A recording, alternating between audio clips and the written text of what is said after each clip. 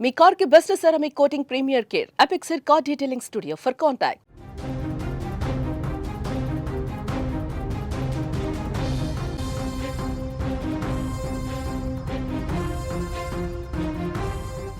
ఆంధ్రప్రదేశ్ మాజీ ముఖ్యమంత్రి వైఎస్ జగన్మోహన్ రెడ్డి తమ పైన నమోదైనటువంటి అక్రమాస్తుల కేసు విచారణ నిమిత్తం ఈరోజు హైదరాబాద్లోని సిబిఐ కోర్టుకు వ్యక్తిగతంగా హాజరయ్యారు. దాదాపు 5 ఏళ్ల సుదీర్ఘ విరామం తర్వాత ఈ కేసు విచారణకు ఆయన రావడంతో రాజకీయ వర్గాలలో అభిమానులలో తీవ్ర చర్చకు దారితీసింది. జగన్మోహన్ రెడ్డి ప్రత్యేక విమానంలో హైదరాబాద్లోని బేగంపేట ఎయిర్పోర్టుకు చేరుకున్నారు. ఎయిర్పోర్ట్ నుంచి ఆయన కాన్వాయ్ నేరుగా నాంపల్లిలోని సిబిఐ కోర్టుకు బయలుదేరింది. అయితే అంతకుముందు బేగంపేట ఎయిర్పోర్ట్కి జగన్ చేరుకోవడానికి ముందే అక్కడికి భారీగా ఆయన మద్దతుదారులు అక్కడికి చేరుకొని అక్కడ జగన్కి స్వాగతం పలికారు. అయితే మాజీ ముఖ్యమంత్రి పర్యటన దృష్ట్యా నాంపల్లి సిబిఐ కోర్టు పరిసరాలలో పోలీసులు భారీ బందోబస్తును కూడా ఏర్పాటు చేశారు.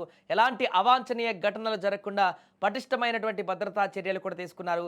జగన్మోహన్ రెడ్డి కోర్టుకు వస్తున్నారన్న సమాచారంతో ఆయన అభిమానులు, పార్టీ కార్యకర్తలు పెద్ద సంఖ్యలో కూడా తరలి వచ్చారు. బేగంపేట ఎయిర్పోర్ట్ వద్ద అభిమానులు భారీగా రావడంతో వారికి జగన్ అభివాదం చేసి అక్కడి నుంచి బయలుదేరారు. వారు తమ అభిమాన నేతకు మద్దతుగా నినాదాలు కూడా చేశారు. దీంతో అక్కడ ప్రాంగణం అంతా కొంత ఉద్విగ్న వాతావరణం నెలకొంది.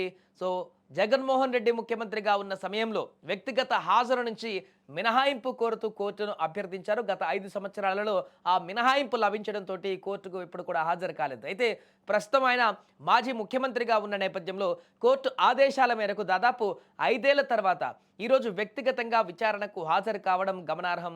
ఆయన హాజరుతో కేసు విచారణలో ఎలాంటి పరిణామాలు చోటు చేసుకుంటాయేమోనని అందరూ ఉత్కంఠగా ఎదురు చూస్తున్నారు. అలాగే ఈరోజు కోర్టులో జరిగేటువంటి వాదోపవాదాల తర్వాత తదుపరి ఆదేశాలు ఏ రకంగా ఉండబోతున్నాయి, మరలా వాయిదా ఇస్తారా, కోర్టుకు సంబంధించి అంటే కేసుకు సంబంధించి, ఎందుకంటే సుదీర్ఘకాలంగా కొనసాగుతుంది ఈ యొక్క కేసు, చాలా కాలంగా కొనసాగుతున్నటువంటి కేసు కాబట్టి దీనికి సంబంధించినటువంటి స్పీడప్ ఇప్పుడైనా జరుగుతుందా, ఈ కేసులో జగన్ పాత్ర ఏంటి, జగన్కి సంబంధించిన పూర్తి వివరాల్లో ఇప్పటికైనా ఒక కంక్లూజన్కి వచ్చేటువంటి అవకాశం ఉందా లేదా అనేది చూడాలి. ఇప్పటికే కోర్టు అయితే స్పీడప్ చేసినట్టుగా కనపడుతుంది జగన్ పైన ఉన్నటువంటి కేసులకు సంబంధించి. అందుకే నేరుగా భౌతికంగా కోర్టులో హాజరు కావాలంటూ కూడా ఆదేశాలు ఇవ్వడం జరిగింది.